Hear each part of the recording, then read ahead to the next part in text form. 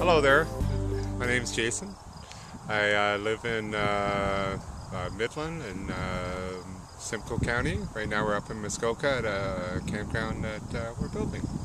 I grew up in Midland. Pretty much my whole life I've lived up here, although I've lived in Toronto and Vancouver as well.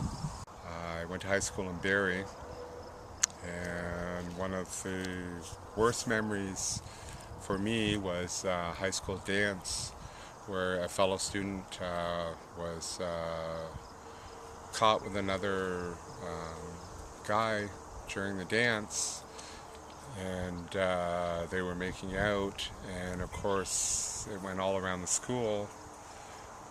And unfortunately the next night he had hung himself just from the, I guess, embarrassment of everyone knowing that he was gay.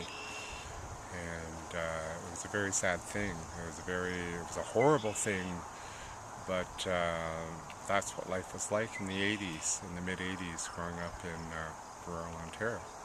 Well, it certainly made me not want to tell anyone about my feelings, which were coming out at that point. But at that time we were taught that homosexuality was a deviant from normal society and that it could be cured and changed. And that was the general attitude of society then. I went to Toronto to go to university, and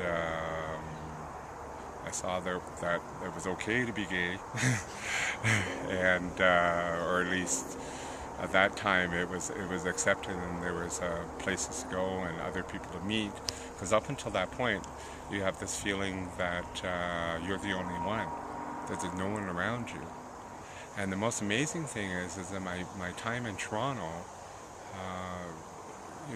growing up in a small town and going to a small town public school and high school, I met a lot of my fellow students who were also gay.